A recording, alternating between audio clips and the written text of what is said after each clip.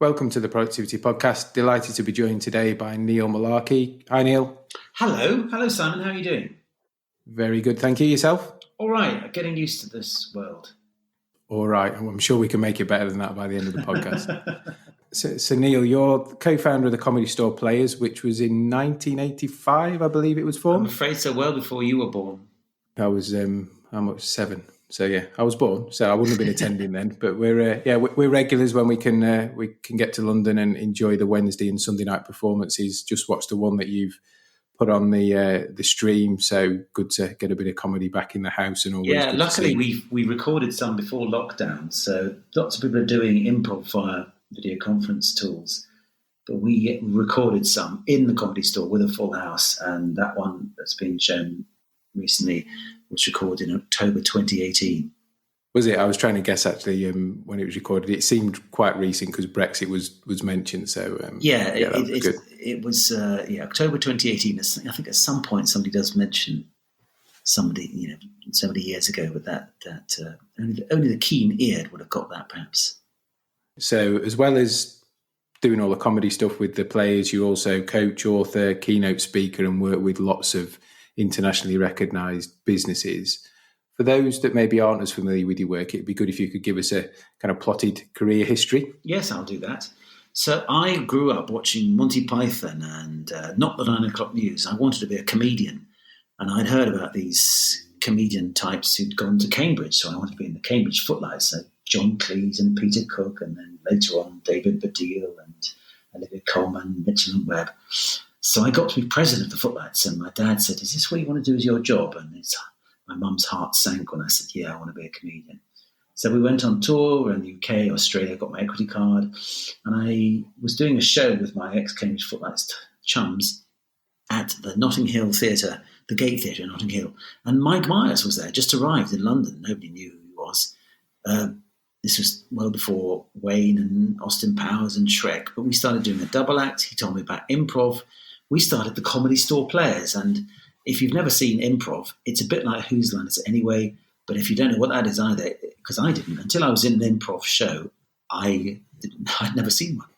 The audience gives suggestions and the actors act it out. And it's an amazing thing. It started actually not with actors or comedians, but it started in the 1920s with a social worker. And these exercises were to help the children, maybe they were not native speakers, to give them confidence to speak up. And it was her son who, by 1959, had created Second City Theatre Company. And I'd heard of Second City because I loved the film The Blues Brothers, and I knew that lots of people had come from Second City to Saturday Night Live and Ghostbusters and lots of movies, TV, etc. And Mike had come from Second City, Canada. So it was wonderful. But I didn't know that they did improv. I thought they did sketches. They do that, and they also do improv. So he taught me how to do it. And Paul Merton and Mike and Kit Hollaback and Dave Cohen started the Comedy Store Players in October 85. Nobody really knew what it was. It was, what, you do a show where you don't have a script? So that still goes on. Hopefully it'll return after lockdown. And for the last 20 years, I've been teaching those skills to people in business as a way of enhancing creative and communication skills. Initially, I just thought it was kind of how do we listen better, because we've got to work with people with different points of view. But then I discovered it's a leadership skill. There's all sorts of models of leadership work, which are basically you've got to improvise. You never know. You can't just tell people what to do. You've got to work with what they give you. Is that a long answer to your question? But luckily, I've travelled to 24 countries doing this and just about making it work in a virtual environment now as well. Amazing. And just for clarity, you really do turn up to do the player stuff with no idea what's going to happen on the night. So it's kind of turn up, lights go up. Well, you've seen the show several times. I have. And you know that each one is different. We do play the same games. There's one based on asking the audience for film styles and theatre styles, one based on the audience suggests a job and one of us is out of the room and has to come back and guess our job from the clues given, and we do a musical, and one where we do one word at a time. But yeah, we literally don't know what we're doing. And I can't imagine what it would be like if you did. We used to pretend when people who didn't believe it was really improvised, we said, oh, actually, no, it's not. You're right. There's a bloke in Swindon called Phil who sends us the script every week, and it's really quite hard work to learn it. But Simon, as you know, you've seen us. You can see that look in our eyes, which is, I don't know what I just said. Why did you just say that? What's going on? And people say, what happens in you don't know what to say. And I say those are often the best bits, when we literally show our nakedness. And the audience loves to see us floundering a little bit, but they really love to see us working together. And that's the key to what I teach, is how do I work with you? How do she work with me? How do we make each other look good? How can we navigate uncertainty and make things work together with people of different backgrounds, different ideas? And that's the joy of improv, which the skill is really, how do I listen to what you're saying? How do I work with what you gave me? Because we can create something wonderful together. Yeah, the more I see it, the more I'm amazed by the skill of it. The first time you see it, it's kind of, wow, this is amazing. And then the more and more you see it, you really start to pick up on the hooks or the themes or the way you kind of hand the baton to the next person. And clearly there's times when you can absolutely stitch somebody up as well if it's kind of going that way. But yeah, that's the game. It's a skill. If you want to stitch somebody up, you're never going to stitch them up too badly, because the audience doesn't want to see that. But they do quite like it when you gently tease, like sibling rivalry. You put somebody in a difficult position and then they get out of it. The audience loves them even more. So that we always know that they can get out of it. And it's obvious that we're playing with each other. We're not trying to undermine each other. No, absolutely. And if we kind of cast our minds into the business world, very different, because lots of businesses have a plan, are prepared, do lots of things in preparation for opening shops or hotels or coffee shops each day, and then the corporate offices. And improving productivity, which is where we come in, requires those big process and system implementation changes.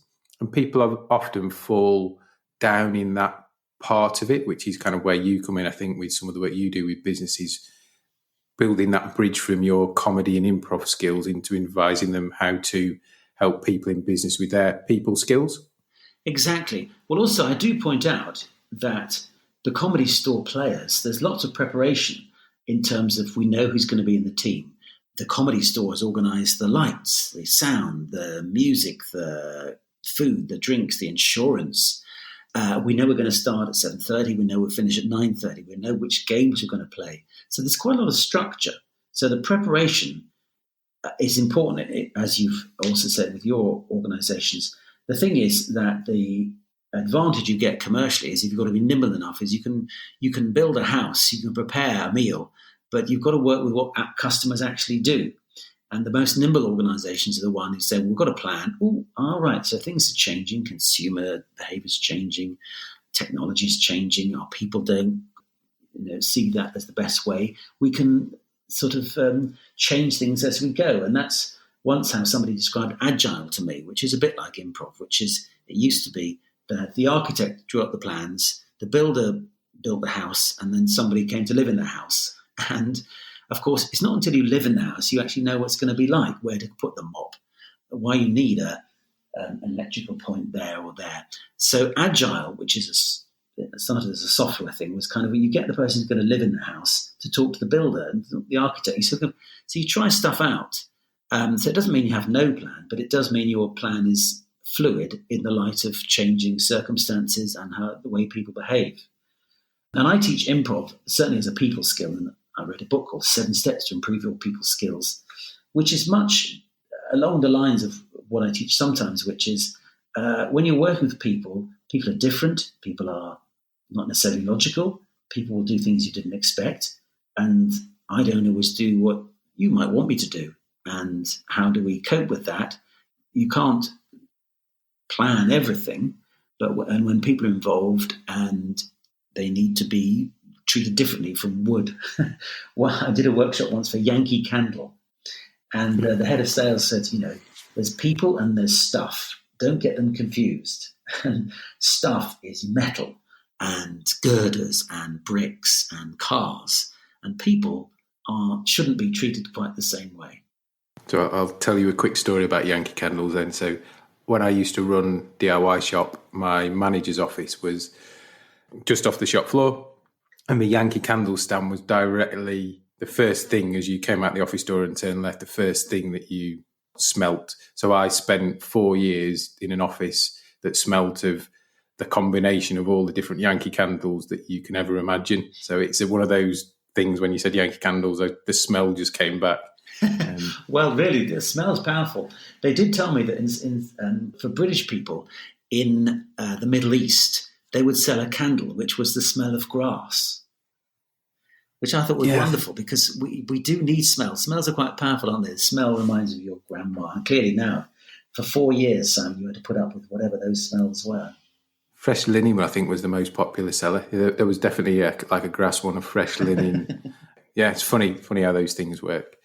So those improv skills kind of help people in that reactive environment. Is that right? And thinking about how they work with their teams. I teach people, first of all, maybe you're actually customer facing, so customers are all different and will ask questions that weren't in the plan, perhaps. On the phone, it's very easy for somebody in a contact center to sort of say, are they A, B, C, or D? And of course, the client doesn't know, the customer doesn't know the script. And they may, well, my tap's not working, my phone isn't quite working. And you've got to see where they are. You've got to see it from their point of view. Improv in terms sometimes of teams working together, marketing, sales, compliance, see it from their point of view, work with what they give you. Don't just say, well, this is what I want. This is my point of view, deal with it. It's kind of, right. So if I was to think about what you've got to do, if I gave you my plan a week earlier, then you could tell me if it works or is legal or whatever. If I asked you to do something, a graphic for me, then maybe it's easier if I do it Monday morning rather than Friday afternoon. And maybe, you've got 12 other things to do. In terms of leadership as well, I do quite a lot at London Business School and other business schools, where as a leader, you don't know the answer. How do you cope as a leader with not knowing? How do you cope with people who have different sensibilities, different backgrounds, different moments in time in a project? When do we need to get down to it? When do we need to sort of open up the discussion? And as a leader, how much do you just need to know what people are feeling? And that's right now, what do I do as a leader when I don't see my people? I'm doing a lot of work now where just people haven't seen each other for weeks, not even in a virtual way. They've been using audio. So I just play with them for an hour. We just muck about a bit. We do some improv sketches, play some one-word games. I make them go and find a hat or a cuddly toy, and we recognize that in this virtual moment, you're both in the meeting at work, as it were, but you're in your house, and there's a cat and there's a dog and there's a partner and there's a child. And you've got to recognize those two places. And so let's celebrate it. And it's been wonderful to see people just saying, oh, great, I've seen inside your house now. And I get to sort of work with you and let's play with each other. Let's talk to each other before we get down to the task. There's lots of research now that you need a bit of kind of banter or chat or socialization before you need to get to the task. That's again where the improv skills come, which is listening. What's she saying? Oh, right, let's ask her a question based on what she just said. That kind of stuff. Certainly, you talked about Zoom meetings and what have you. There'll be clues in the background, I assume, as well. So where people sit and what they show behind them, I'm sure, is very telling. Well, it is telling or not. Sometimes you think, well, why are you sitting in front of a window and I can't see you at all? I think it's a basic thing of, do think a little bit about your background. Have a thought that maybe it's difficult for people to see you. I have done this for a couple of months now and asked advice from other people.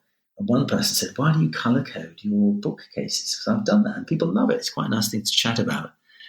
And my wife is so happy that my bookcases are last tidy, although they're not alphabetized or subject matter anymore, but they're just color coded. It's great fun. In fact, one person said, that's a great virtual background you got there. That's not virtual, that's real.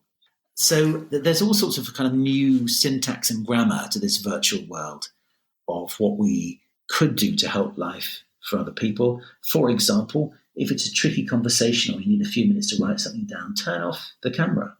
That's absolutely fine, because it's really tiring, these video conferences, aren't they? Just looking at somebody and being looked at by 9, 10 other pairs of eyes.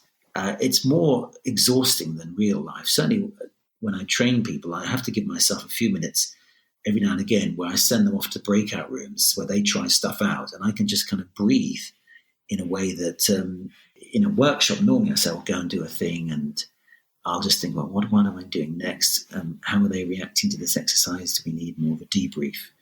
Just getting used to how tiring these calls are. Yeah, it's a different part of the brain or a different pressure that maybe you feel because you're not used to that intensity of the meeting. There's always a focus point, which is the person that's got the red outline or the yellow outline of the speaker, whatever it might be. Yeah. It's interesting you talked about, because it's cropped up on another podcast we've done, that whole point of view or seeing things from their world. Yeah. Because very often we want something from somebody, or it's certainly in business of trying to get people to come on our journey. And as you said, they're already busy. They've already got 50,000 things to do, and we're going to add another 10. So where does that sit on their priorities? So how does your kind of improv work help support that point of view, understanding their world? And I think I see some of it play out when we come and see the Comedy Store players, but it'd be interesting for you to kind of tell us. Yeah. Well, to go back to the theory, the ethos of improv is you treat what the other person says as an offer. So if I say, "Good morning, doctor," in a scene, then you're a doctor. You don't say, "I'm not a doctor." We call that a block. You say, "I'm a doctor." And then we discover what kind of doctor you are. Are you the patient? Are you the nurse? You try and work with what people give you. So an offer is something somebody gives you, you can do something with. And I call it listening with intent. So I'm making a real conscious effort to use the thing you gave me, to notice that I'm a doctor. Okay, and then, right, and I'll say, "Well, I see your leg's better, Mr. Johnson." And then you go, "Oh, my leg, yeah." So you're always trying to make the other person look good in the scene. I know earlier on we said we stitch each other up, but actually that's a very subtle way of making the other person look good, because then they get out of the hole and look great. So we treat what the other person says as an offer. So just imagine you're talking to anybody, client, colleague. What are they saying? Treat them as giving you offers, little gifts. And we always try and think about the idea, and you probably noticed on stage the idea of yes and. Yes, I hear what you say, and I'm going to build on it.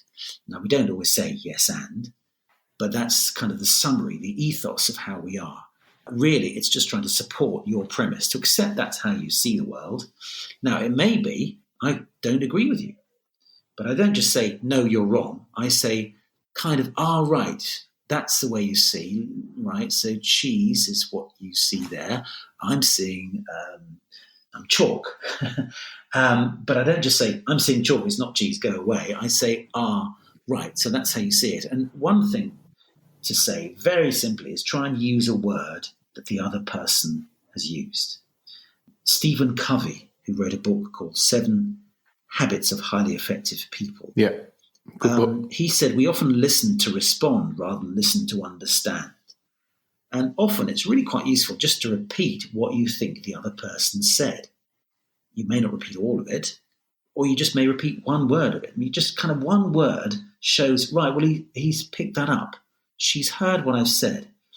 And in my book, which is also 7 Steps to Improve Your People Skills, I have a whole chapter called Listen. And I found out that since the 1950s, we've known that the pace of listening and the pace of speaking are different. So we tend to speak at 125 words a minute. And when I'm teaching presentation skills as well, which is what I do sometimes, I say slow down to 100 words a minute. But they discovered that your brain can actually process at a different rate. And your brain can process at 400 words a minute. So you're speaking 125, and my brain is processing 275 words a minute faster. So there's a gap. We call it the listening gap. What's your brain doing with that spare capacity? It's tending to think about what you've just said, ready to respond to the first bit, ready to tell you why you're wrong, ready to tell you why I'm better, or to move it to another subject. Or your brain is thinking, did I leave the gas on? What beautiful eyes you have. Why are you wearing that funny tie? So your brain's going all over the place, and you have to sort of train it. And this is what we do on stage, to kind of empty your brain of anything. So much so that when people say to me after an improv show, I can't remember anything. I have to be jogged because I'm in the zone. So that's the listening thing, is what is this person saying to me? And not only that, sometimes that they're saying isn't the words, it's the way they're saying it, it's the background, it's the assumptions, and you're hearing it through your own background and assumptions and filters. You're listening out for the thing you can agree with. You're listening out for the thing you can tell them off for. So real listening is an awareness of all that's going on outside and beyond the mere words. We certainly do convey a lot of meaning over and above the actual words. So again, sometimes email is better. Sometimes the chat in a virtual meeting is better because you can nail it. Sometimes there's things that are missed out that you can't quite express. So that's another reason why video conferences are so tiring, because our brain is trying to work out all the body language signals that add and give more meaning to what people are trying to convey. And we can't get it really. We're two-dimensional. So our brain is going, oh, I want more, but I can't quite get it. So that's what I'm saying by listening. Really listen to the other person. Try and work out what it is that she perceives. What's her premise? What's his way of understanding the world? Let's start there rather than mine. And hopefully we can come to some sort of agreement, or at least see where we have a sense of agreement. What can we work on together? So you touched there on one of the steps from your book, which is the 7 steps to improve your people skills. And we'll put a link in when we launch the podcast so people can go through and have a look and buy. Are there any other steps you want to share in the book? Yes, I'll go through them. That's very kind. I started with listen because I knew that was essential to improv. And the next one is listen and link. So it's like yes and. Link to what the other person's just said. Link to what they think. So those are steps 3 and 4. Step 1 is learn. Like anything, people skills can be learned. And also in improv, we say, what's your character learned in this scene? What's the change? What's the alteration in her understanding? So learn, you can learn from any situation. You can learn from any individual. And number 2 is look. Eye contact is really important. Again, it's been a bit befuddled with all those video conferences, but we do take a lot of meaning from eye contact. And sometimes if people don't give good eye contact, we might interpret certain things. So learn, look, listen, link. Number 5 is let the other person have a different point of view. Let them speak, don't interrupt them. Then lighten. I've got 2 meanings for this, is how much do we lighten the atmosphere at work? How much is there laughter going on? How much do we smile? Do we ever think as a leader, how much is my team really laughing? Maybe they're having their 5 a day or their 10,000 steps or whatever for their well-being. But laughter enhances creativity. Laughter enhances employee engagement. Laughter enhances resilience. And also lighten as well. By the way, now we're spending hours in front of our laptops, and sitting is the new smoking, they're saying. So lighten your posture, get up, move about. And the last one is leave well. There's lots of research that says the last bit of something is the one we remember the most and could colour our judgment of the whole thing. So I'm sure we've all seen a movie where the last scene, or read a book where the last bit, or a film, TV series where the last bit doesn't quite work or disappoints, and that colours the whole view. So just beware, at the end of a meeting, you all kind of saunter off slightly disgruntled. The end of a conversation, quite nice. Yeah. Or the end of networking. How do you really look the person in the eye and say thank you? How do you leave it? Make sure you leave well, because there is research that the leaving, the end of a meeting, can really have an impact on how people remember it and what they do as a result of it. I love those. There's 2 bits for me in what you just said. The first bit of the yes and. In business, I think there's lots of yes but, which kind of completely seems to undermine what's gone before. Yeah, and there's just something about the word but, we hear it differently, because it says, oh, right, whatever I said, the thing that after the but is what really matters.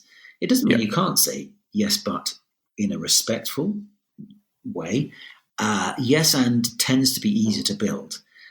People get a bit hung up on the words. You won't always say yes and, but the intent is, I have heard you, and I'm going to respect your opinion, even if I disagree, but I will show why I might disagree, or I won't hold it against you that you don't see the world the way I do. And in fact, improv is all about that diversity. Difference of opinion is creative, because actually if we combine this idea and that idea, there's a third strong idea that brings us both on board. And the ending part's really interesting, because there's been a big sway in television towards these mini-series. So Netflix, BBC, ITV are going down these routes of mini-series, 6, 7, 8 parts. And they all have a particular theme of you'll spend, 7 hours watching the 7 parts and it all comes together in the last 5 minutes. And you kind of sit there at the end thinking, I've invested 7 hours of time and it was really good. And there was all these different things going on and different characters and my brain was trying to work it out. And actually they just wrapped it up in the last 5 minutes, which always leaves me personally on that disappointment edge of, yes. we could have done that a lot earlier because if it was that complex, how did we solve it all in 5 minutes? Well, I agree with you. I know there are certain TV series that have disappointed people.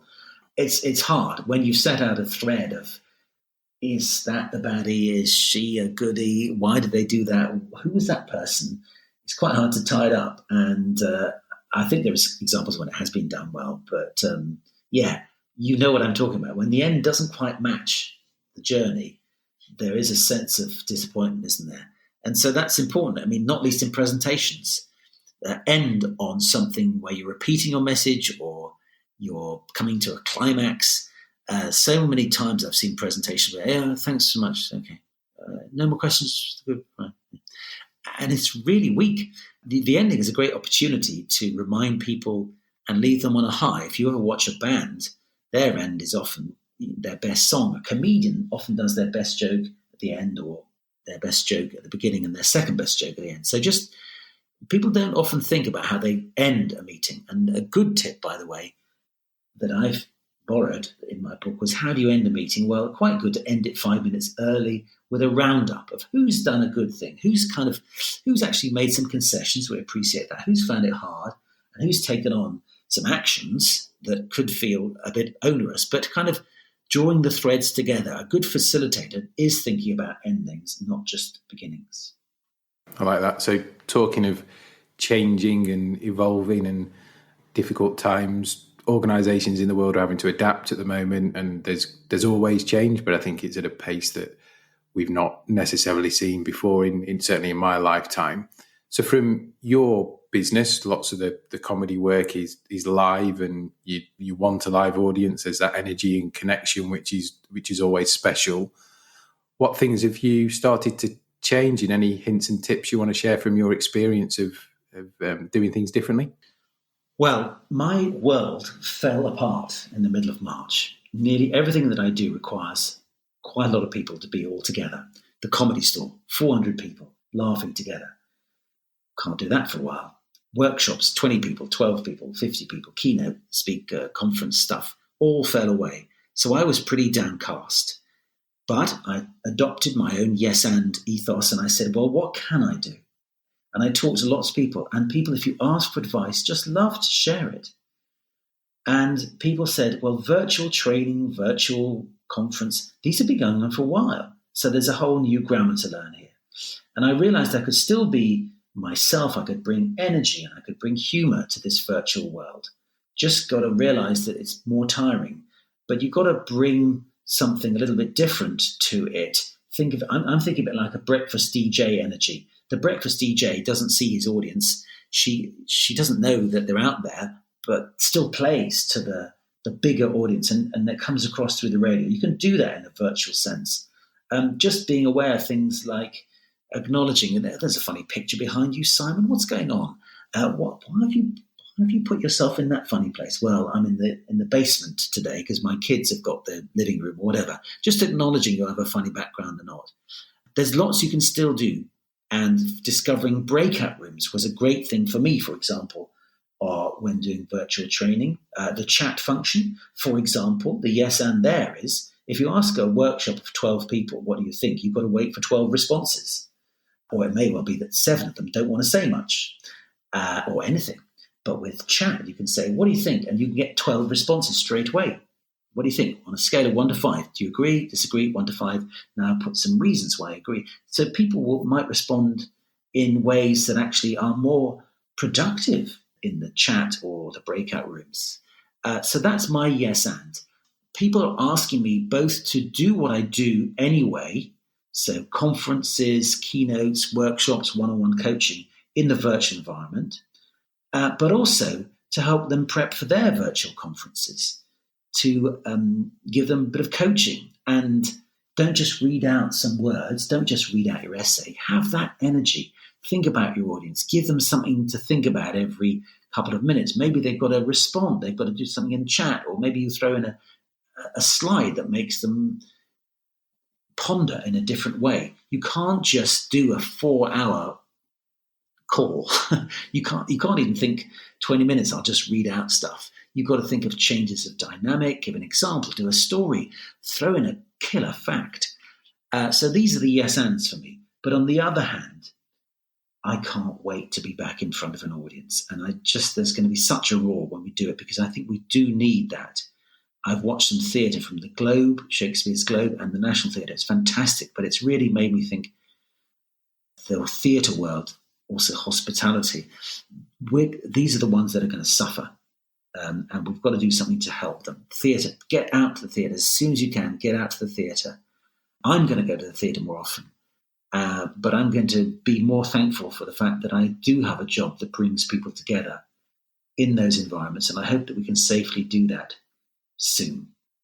I echo those sentiments. Yeah, I've watched some of the National Theatre stuff, and it's amazing, but there is something magical about live performance and being there in the room. It's that electricity in the atmosphere. So, yeah, I echo those sentiments to everybody to get back out there. Yeah, it's been a great chat, Neil. I really appreciate you coming on. Final question, which we're asking everybody on the podcast, is what's the best bit of business advice you've ever been given?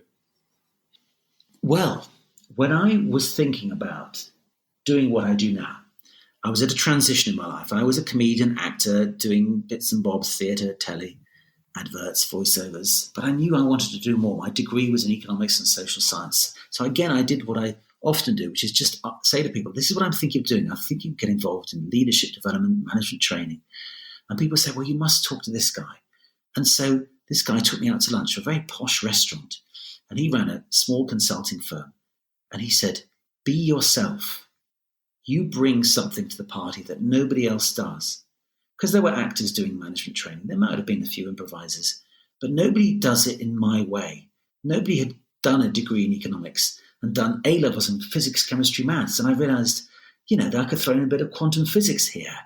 Nobody's got the experience I have of being in this place, being with that team, doing this or that. So the best advice was, be yourself. Find what it is that's unique to you that you can bring to the party and celebrate it.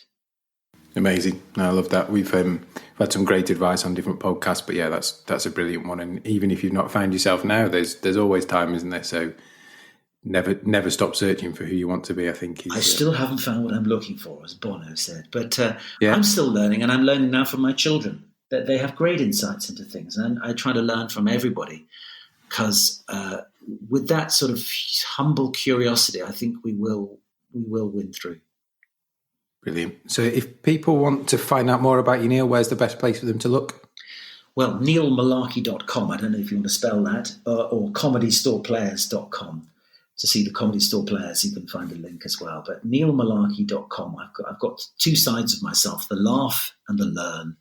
And I try and combine them every day, really. How can I help people learn through laughter? We'll put links to both those websites when the podcast goes out, which is amazing. On a final note, anybody who's listening, when the Comedy Store Players are back on Wednesday and Sunday nights at the Comedy Store in Leicester Square, if you've never seen live improv, it will be an amazing night and blow your mind at the same time. So I would encourage anybody to go. Neil, it's been an absolute pleasure as always to speak to you. Thank you very much for coming on. Thank you so much, Simon.